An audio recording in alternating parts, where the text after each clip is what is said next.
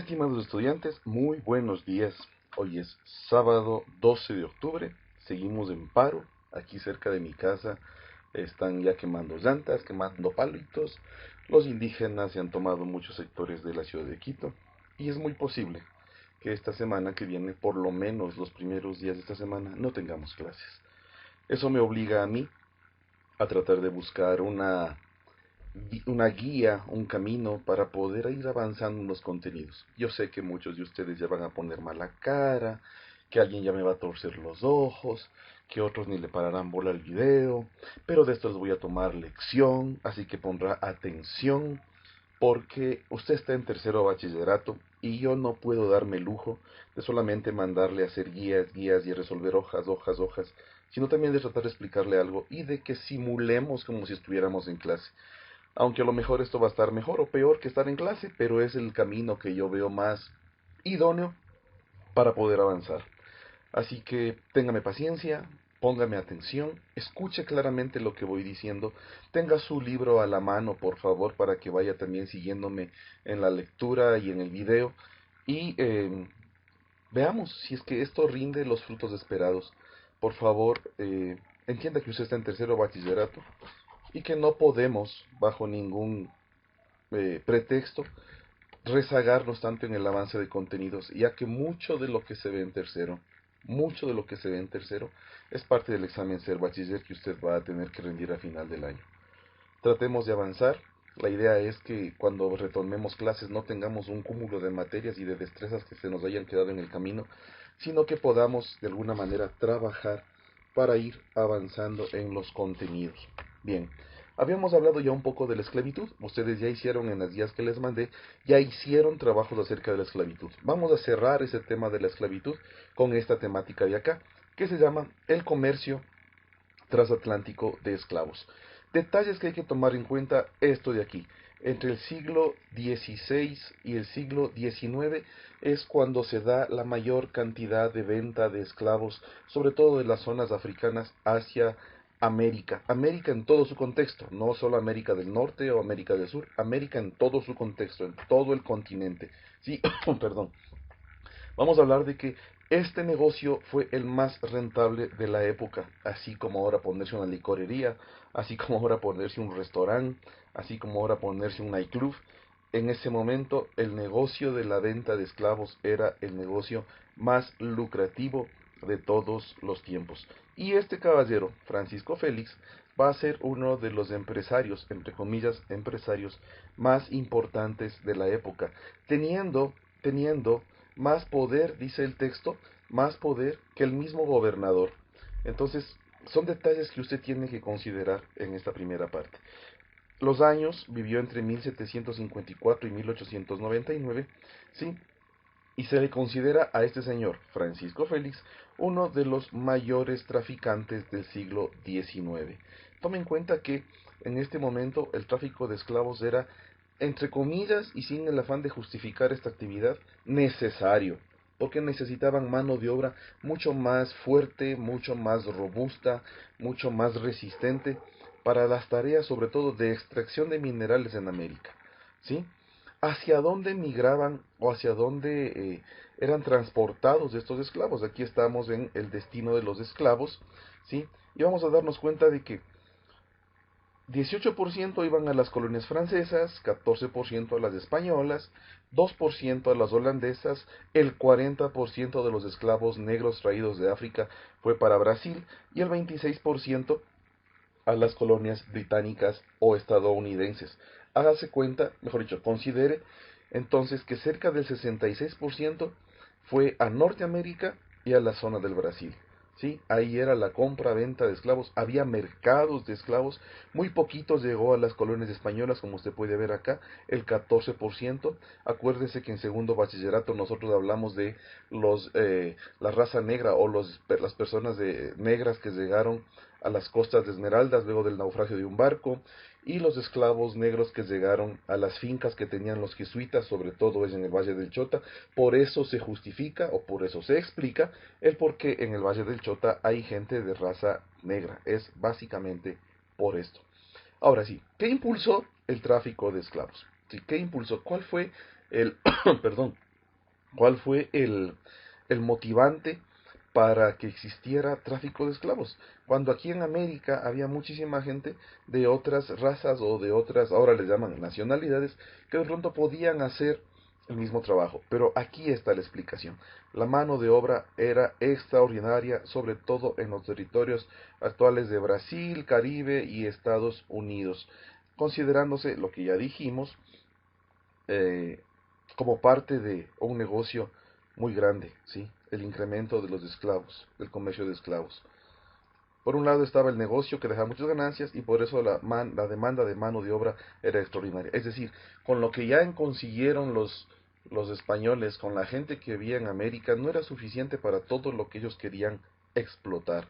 Y hablamos de explotar no de la parte agrícola, no de la parte ganadera, sino como ya se dijo, sobre todo de los minerales.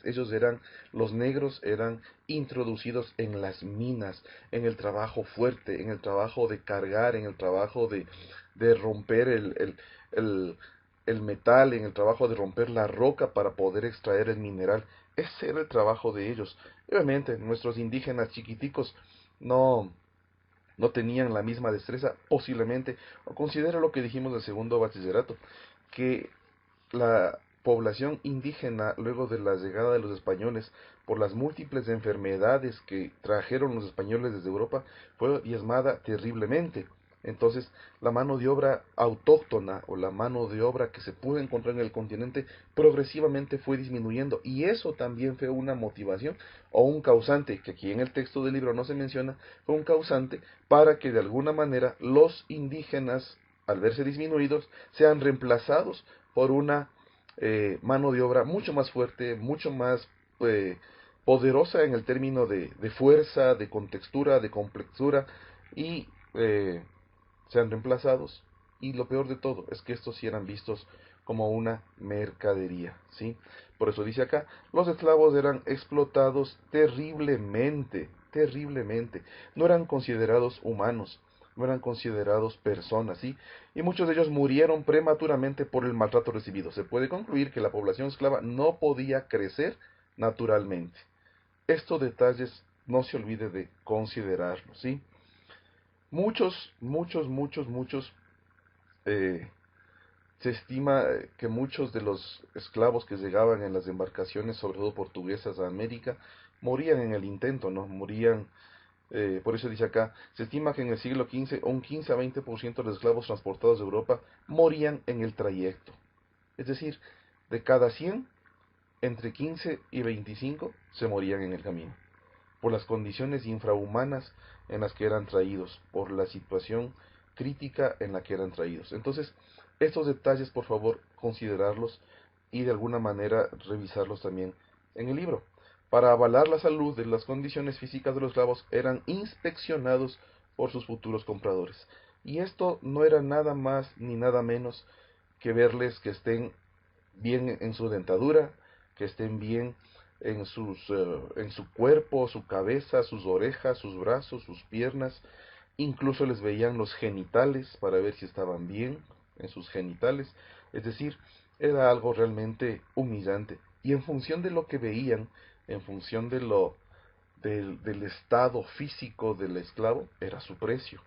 ¿Sí? Si el esclavo estaba o demostraba condiciones físicas saludables, estaba perfecto, entre comillas, tenía un valor superior a aquel que de pronto ya le faltaba un dedo, a aquel que de pronto tosía, o aquel que tenía manchas en la piel, fruto de cualquier infección, era disminuido su precio. Y si en un momento dado ese esclavo en las fincas o en el trabajo en el que estaba desarrollando comenzaba a enfermarse gravemente, simplemente era eliminado, era muerto.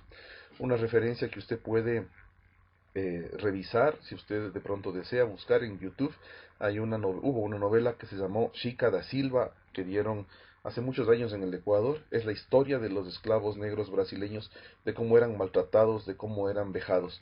Ahí va a nacer, o se dice que ahí nació, esta disciplina deportiva de la capoeira, como una forma en que ellos encontraron para distraerse en un inicio con esa danza y luego para defenderse. ¿Sí? Aquí habla algo interesante, dice, el aprisionamiento forzoso de esclavos en África fue una práctica anterior a la llegada de los europeos. Considere lo siguiente, que África ya fue invadida en un momento determinado por franceses, por británicos, por italianos. Es decir, la esclavitud negra que América vivió no era sino solamente una réplica, ¿sí? Una réplica de lo que ya sucedía en África. Por eso dice acá, fueron los europeos quienes transformaron en una práctica regional en un negocio transatlántico. Es decir, estos señores ya hacían este tipo de actividades en África y al darse cuenta de que América necesita mayor mano de obra, demandan mayor esfuerzo, necesitan otra clase de personas para la explotación de los minerales, de la tierra, del ganado, yo que sé, todo lo que se hacía acá, se dan cuenta de que esa es una buena oportunidad para poder comerciar esclavos hacia América. La exigencia que imponían las monarquías europeas era que los esclavos procedan de guerras justas. Ah, qué absurdo, ¿no? O sea, los esclavos debían provenir de guerras justas y no de lo que podríamos llamar ahora eh, como una especie de tráfico de personas o trata de blancas, ¿no? Dice, entre los soberanos africanos, y no que fueran producto de una cacería para el comercio. ¿Se da cuenta usted al punto en que llegaba esta concepción de la persona? Es decir, hacían cacería. Lo que el libro refiere es que en algún momento, qué sé yo, esto es algo como, no sé si usted habrá escuchado, en algunos países o en algunas películas se da la famosa ley de fuga. Es decir, el prisionero sale, le dan una libertad, le hacen correr por un determinado tiempo y luego de ese determinado tiempo la persona es prácticamente es introducida en una cacería. Los policías o las personas interesadas comienzan a buscarlo hasta matarlo.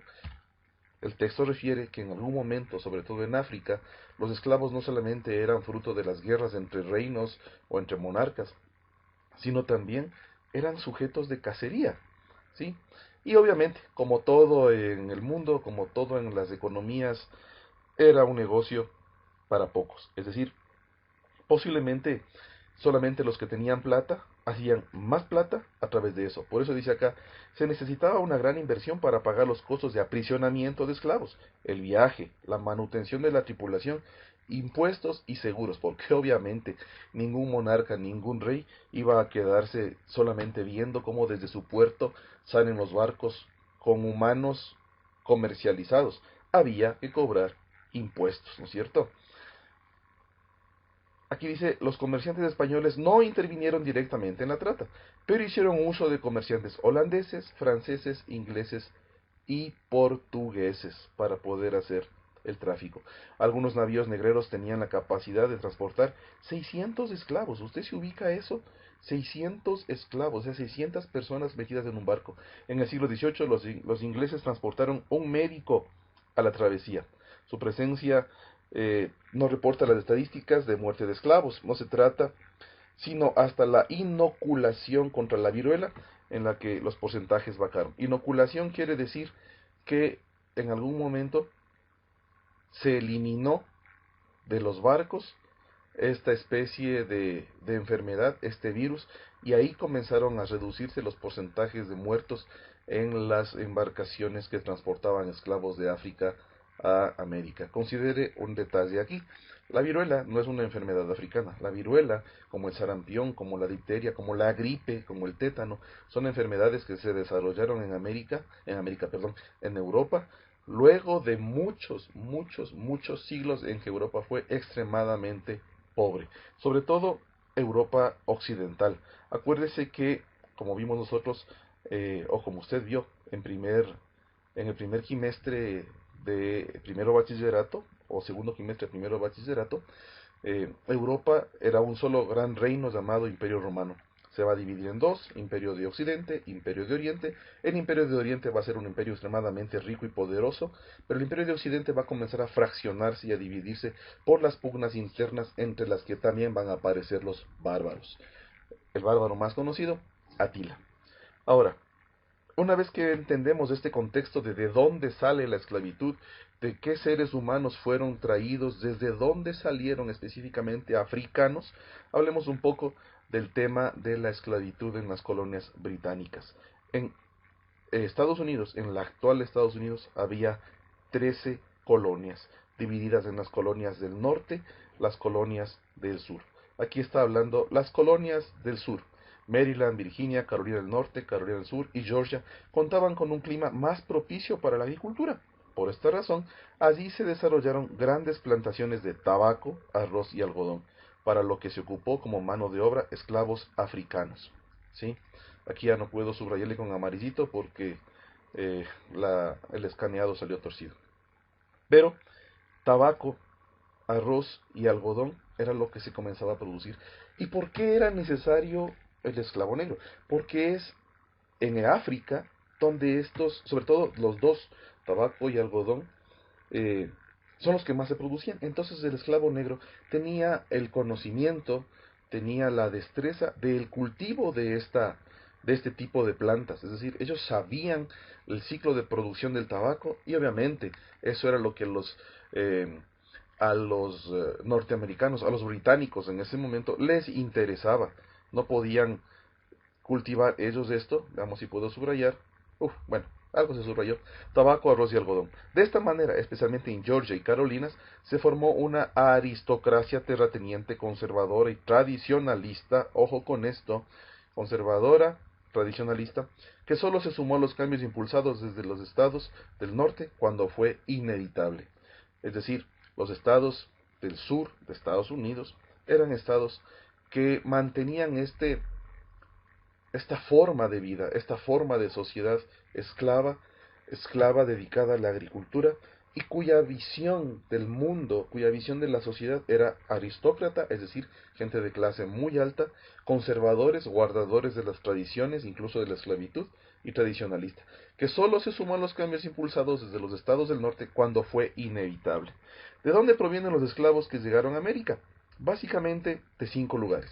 Los ladinos del sur de Europa, veamos si puedo poner aquí una rayita, aquí, los ladinos del sur de Europa, los gelofes y los mandingas de la zona de Europa hacia el Atlántico, este es el océano Atlántico, aquí está el mar Mediterráneo, y del centro de África están ellos, los yorubas y los bozales.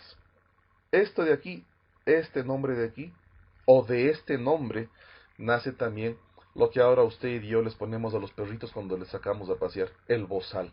De hecho, esto se dice la historia, estos eran unos de los pueblos africanos esclavos más rebeldes, es decir, ellos si tenían que darle su puñete al patrón por alguna injusticia, le daban, y comenzaron a taparles la boca, comenzaron a ponerles grilletes en los brazos y piernas, y desde ahí sale el término bozal que utilizamos ahora nosotros para nuestros animales. Los ladinos fueron las primeras sociedades que se trajeron como esclavos a las islas del Caribe, es decir, ellos fueron a República Dominicana, fueron a Haití, fueron a Cuba, ¿sí? Eso es importante. Entonces los ladinos van a ir hacia esa zona. Nacidos en Portugal o España, son esclavos, hablaban castellano y practicaban el catolicismo. Es decir, ya no eran tan, entre comillas, animales como se creía en un inicio. Los gelofes, grupo de africanos, llegaron como esclavos a América procedentes de la parte occidental de África. Está describiendo lo que nosotros acá ya podemos observar en el mapa, ¿sí? La mayoría de la población esclava de América entre el siglo XVI y XVIII estaba constituida por estos dos grupos. Ambos pueblos se resistieron a las condiciones humanas de vida, eso ya, de manera diferente. Los gelofes organizaban revueltas, la resistencia de los mandingas se daba mediante fugas o mal trabajo, y durante los siglos XVIII y XIX llegaron más grupos de esclavos a América. Los bozales y los yorubas aumentaron la población esclavizada, los bozales procedían de África Central, se los llamaba también congos, ojo con esto, ¿no? A los bozales también se les llamaba congos porque eran capturados cerca del río Congo. De esa manera, entonces creo que nosotros podemos cerrar esta historia media fea de la esclavitud. Más adelante tendremos que ver aquello que habla de la esclavitud moderna. Eso es, chicos, creo que no hay mucho por revisar. Por favor, si usted tiene el libro a la mano, que espero que lo tenga, no lo haya dejado en el colegio. Y luego de eso viene la actividad de refuerzo que se da tras este video. Gracias por su atención, esperemos no le haya cansado lo de acá. Y si nos toca, haremos unos 2 más de este tipo. Saludos chicos, gracias por escucharme, bendiciones. Eso es todo, amigos.